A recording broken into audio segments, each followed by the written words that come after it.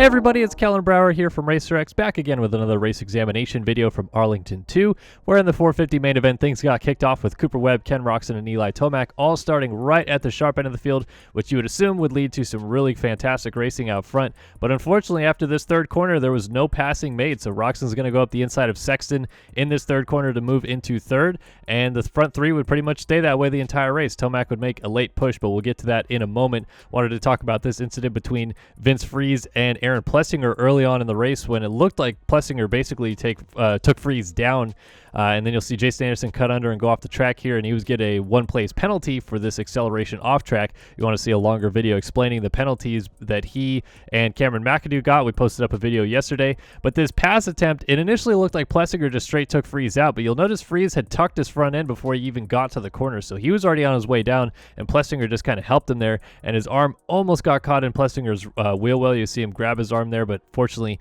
he was okay and continue on. Justin Barcia making late charges through the field here, makes a nice block pass up the inside of Plessinger, and then uses the same move a couple laps later to get Sexton as well. I think both of the Sexton and Plessinger, sensing Barcia coming up the inside, maybe gave him a little bit more room than others, but a nice pass by Barcia in the end. This was the moment of the race, though, as Tomac was trying to catch up to Cooper Webb and make a late race pass. He slides out of that corner, and essentially what this is rear brake sliding all the way into the corner, trying to pinpoint that rear wheel into the rut, and it basically just missed right over the top of it, kind of slides the rear end out of the top of the corner. And a nice job to kind of crowd together and not go down, but obviously lost enough time that Webb was able to scoot away out front and take his 5th win of the season, his 16th career victory, as he now opens up a 12-point lead in the championship on Ken Roczen. And then Kevin Moranz blew his motor late in the main event and had to run his bike up over the finish line jump. Nice job there, but Webb obviously very excited about it as he takes that lead into Arlington 3 this weekend on Saturday. I want to remind everybody that this video is presented by OnX Off-Road. Know where to go with the #1 off-road GPS app.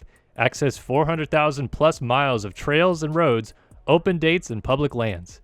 Download the OnX Off-Road app today. So on to the 250 main event, and right out of the gates, it was Jalek Swoll and Mitchell Harrison going side by side for the whole shot. Harrison's going to swoop around the outside and actually grab the whole shot, and he would lead for a little bit, get some valuable experience out front. But early on, Cameron McAdoo and Justin Cooper trying to slice through the field. Cooper collects on the rear tire of Chris Bloss there, goes down, so he's got a whole bunch of work to do.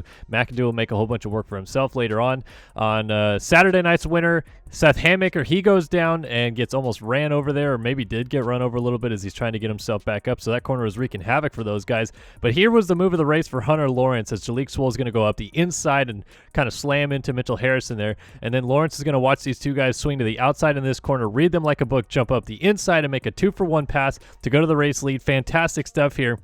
And I wanted to break this down real quick because watch this. So Lawrence coming into this corner, these two guys are going to slam into each other. Lawrence is thinking, let's square off underneath of him and maybe get a drive down the left side. When he realizes that he's not close enough to do that, watch him shift back to the right side on this first jump. So he kind of takes off middle, and by the landing of this jump, he's going to be on the right side of this section now, trying to come up the inside, because he realizes that Harrison and Swoll are going to be focusing solely on themselves, trying to make block passes on each other, and that's exactly what happens. Harrison is more focused on Swoll out here, doesn't even know Lawrence is coming up the inside, and Lawrence makes a nice 2-for-1 pass. I love that Racecraft right there, reading that like a book basically to understand what those two were going to do and take the race lead, which he would take off with from there. Then this is the Cameron McAdoo incident. Obviously, he goes down in the whoops. We talked about this yesterday in that video, so if you want to go take a look at that real quick, then you can. But I wanted to just kind of highlight what the AMA thought McAdoo probably should have done here. So McAdoo is going to come down. He's going to go around this Yamaha tough block. But what the AMA actually wants McAdoo to do is turn around and go up this white line, which is the start line, and rejoin in this 90-degree corner, or just like right after it,